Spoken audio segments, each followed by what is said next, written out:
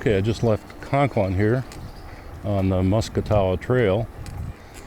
And the Muscatawa Trail goes from Grand Rapids west to Muskegon, and the length of the trail is a little over 20 miles, I think is what it said.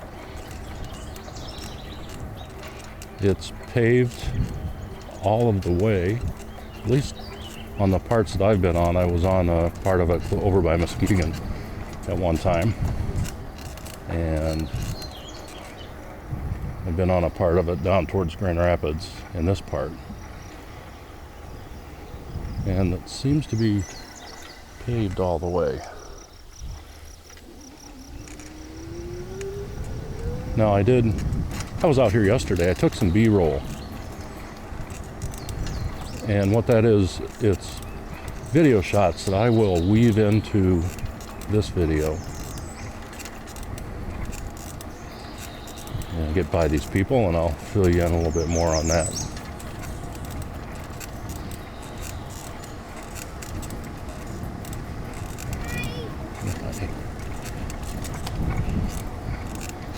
The B-roll. Yesterday, it was bright and sunny. It's like very bright and sunny and hot. Even though the temperature was 82 degrees, it was really pretty stifling if you were out in the sunshine. So with the B-roll, what you'll notice is when I cut to a segment of the B-roll, you'll probably see a difference in the exposure, and I'll try to correct for that in post-processing, but the sunshine is much brighter than it is today. We have overcast day today,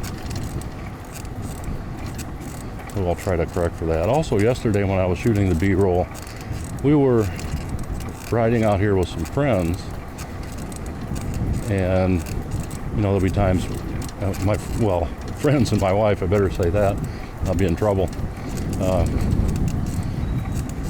Anyhow, you'll see shots of them come into view every once in a while too, probably within the B-roll.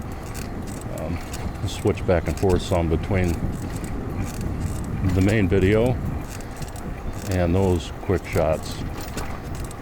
And my primary goal with the B-roll was to get some shots off to the side of the trail.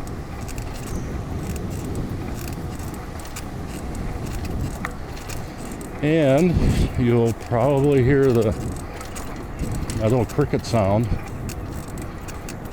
and that's from the derailleur gears. I determined, if you watch my last video about Coopersville Town Tour, you heard this cricket sound.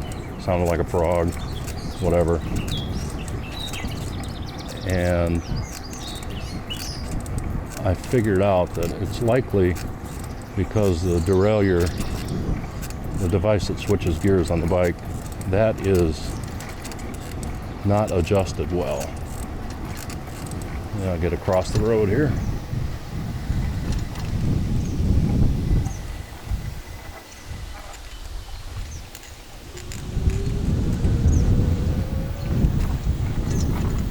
Anyhow, the derailleur is not adjusted well.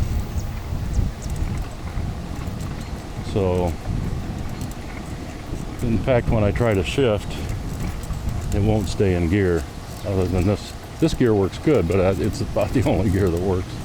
So when I try to shift, you can hear it slipping on the sprocket. Out of adjustment. So you say, why don't you adjust it? I would love to, but little creek here, we go across a couple of these, and a big bridge too. Anyhow, I would love to adjust it, but what it takes is you have to have the rear wheel off the ground, and you have to spin the wheel with the pedal and then switch gears all at the same time.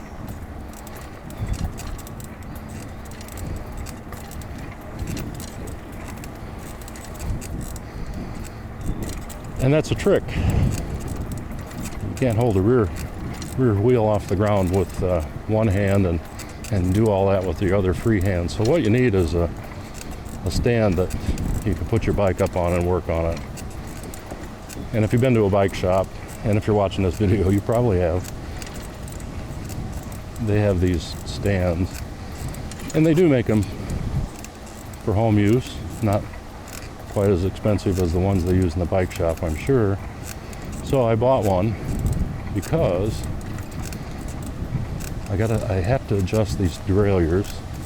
My wife has a Rad City step through, and it's going to need some work, more than likely eventually. And we have a couple of regular bikes too. So I figured it was a good investment.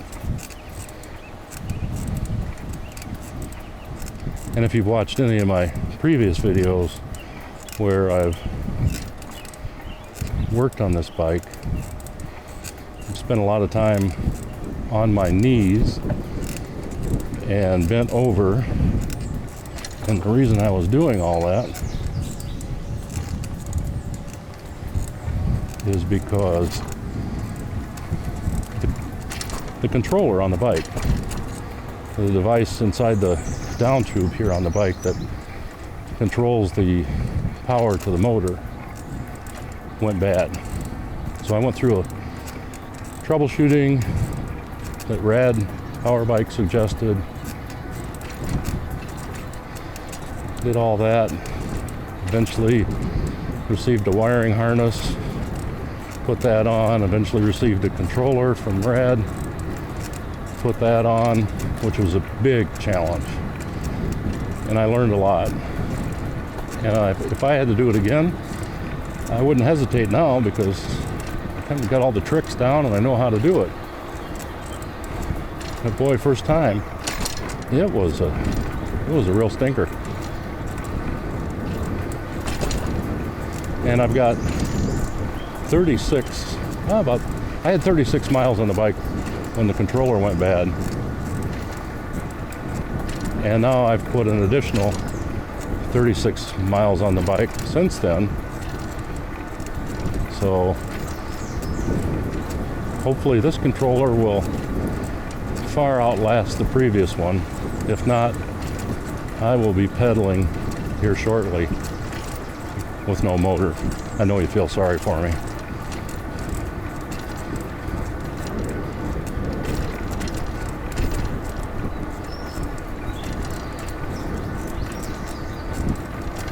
I bumped up the pedal assist on this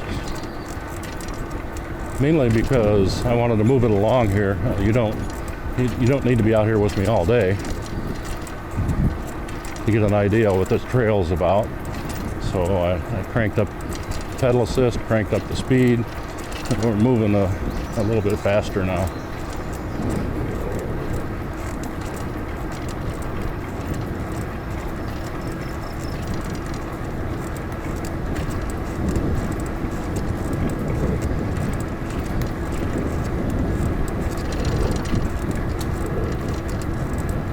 This is a pretty area, and off to the left there, oh, I see what that is.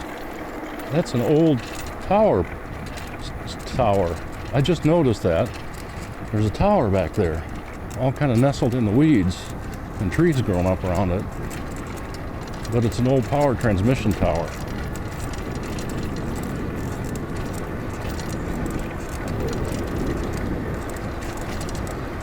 Yeah, seeing that back in there with nothing around it but trees is kind of spooky, I guess. Anyhow.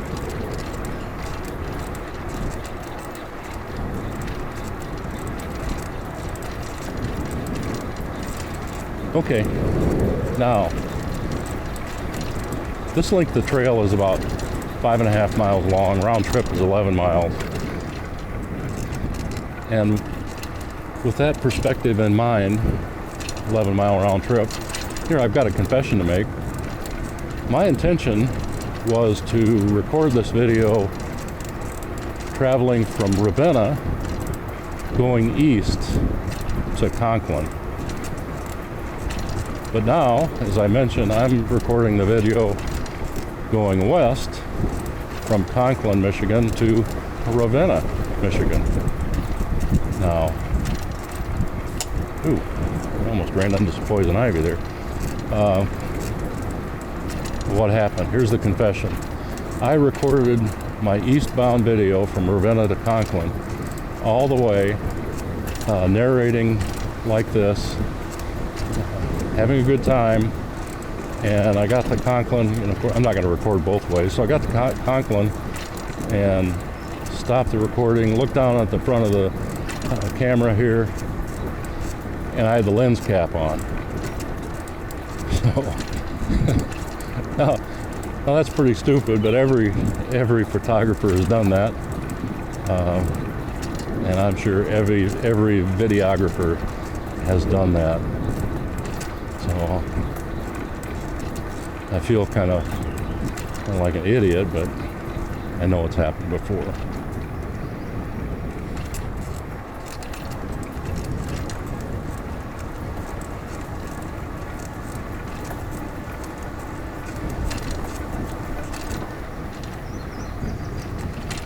All right, we'll get through another intersection here.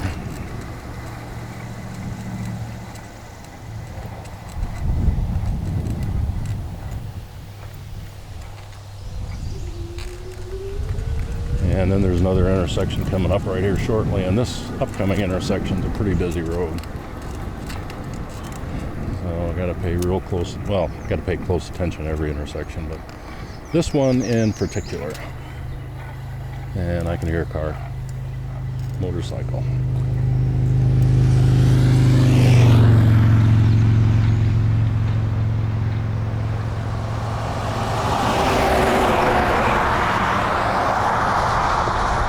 And a semi and a van, and let them get past so I can see, and it's all clear. Here we go, using my hand throttle to get across the intersection, and I love this hand throttle. It moves you right along across the intersections.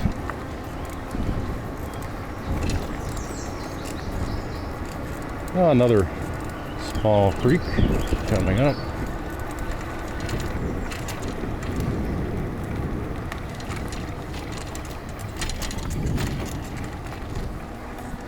And when I was going back the other way, we had the DNR guy out here, Department of Natural Resources. He's out here spraying weeds on July 4th, no less.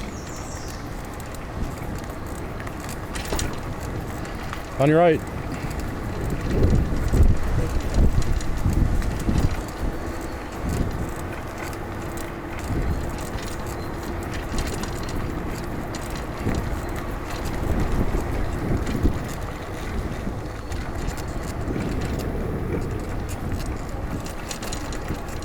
Well, not just because it's the Department of Natural Resources employee, Michigan Department of Natural Resources. I hollered out, on your right, and that's trail etiquette. That's good trail etiquette. When you're passing someone, a walker, a jogger, a rollerblader, you want to let them know that you're passing them and on what side you're passing them on. That's important. You don't want to hurt yourself. You don't want to hurt anyone else. And I had an experience when we were up spending a couple nights in a campground at Lake George, New York. And Gail and I were out walking on a bicycle walking trail. And a bicyclist coming up behind me. Of course, I didn't know he was coming up behind me, but he had enough etiquette to simply say, behind you. Now, I had no clue at all what to do. So I just stopped dead in my tracks because I didn't know if he was going to my left or going to my right. And he gets up beside me and he gives me a ration for just stopping in the middle of the trail. And before he got too far away, I said, well, what do you want me to do if you don't say on your left or on your right? I have no idea which way to move. And then he was a gentleman about it. He turned around and gave me a single finger salute. And of course, I had to return the favor. And what an idiot. And you know, most people aren't that way, but well, you get some people that have no consideration whatsoever, and then they think that they know everything, and whatever they do is the right thing to do. Run into them sometimes.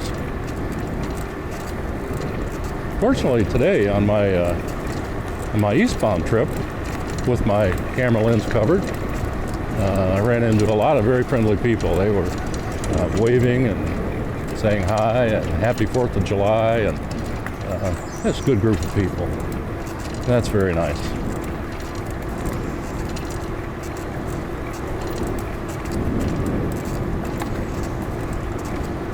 So I am kind of moving along. Like I said, I don't want to keep you out here all day. I think I said that on this segment. Anyhow, maybe it was on the segment where I had my lens cap on. So I want to move along. A couple reasons. One, you know, I can go fairly quick, and you can get the idea what this trail's all about. And it isn't a long video that way, or too long at least. And the other reason is I live in the country in an internet desert. We basically have no broadband. So I've cobbled together a couple different Wi-Fi jetpack things and try to do the best I can with that. And it literally, a 15-minute video literally takes 8 hours to upload at my house with the internet that we have. So that's, you know, it's really sad. We are just a couple miles outside of the village of Coopersville, and when you cross into the city limits, they have fiber optics to the house. So they're getting 100 megabits per second speed, and I'm 2 miles away, and I can barely get 3 megabits per second.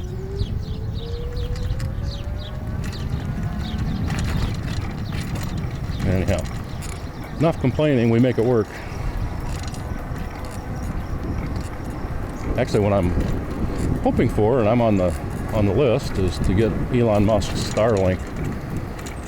And I've been on the list almost 2 years, and I see when I log into my account on Starlink that he's due to expand the service in our area in mid-2022. And lo and behold, it's mid-2022, and I haven't heard a thing. So maybe soon.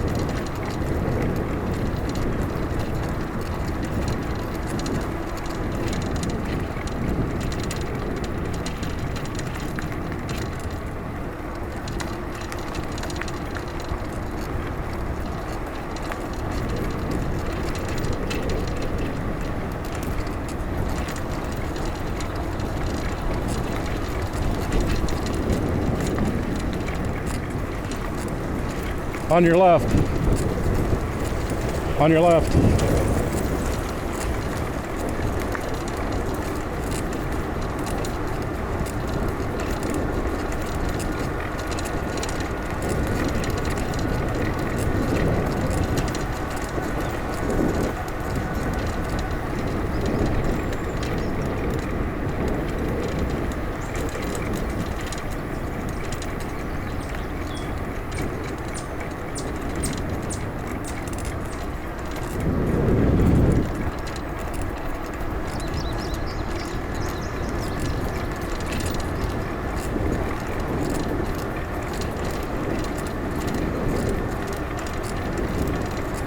Well, you can really feel the difference in the temperature when you get a little bit lower in elevation here along the kind of a swampy area, and you can really tell the difference.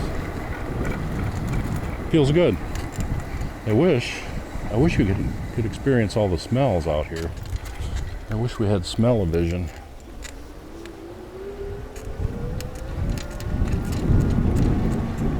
I mean, it's great. All the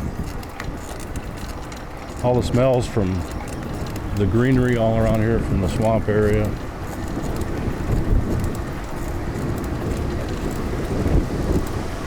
from the farmland and trees and pine trees.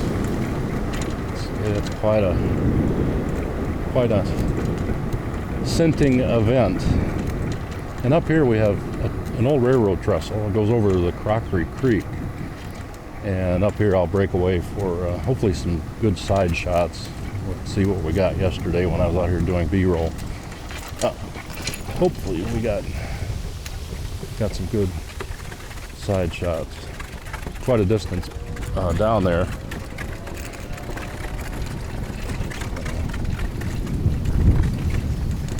Certainly wouldn't want to fall off this bridge too far. Anyhow, it's very pretty. The bridge is really pretty, and I've stopped there before just to watch the water flow, and there's rocks down there. You can watch the water flow over the rocks, and it's just a very pretty bit of scenery. All right, we're coming into Ravenna, and as we're coming in here, I would ask you, and I'd be honored if you would subscribe to the channel. I will be bringing you some more videos out here on the trails around Michigan,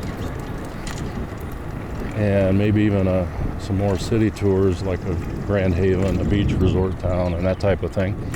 That's on my planning agenda.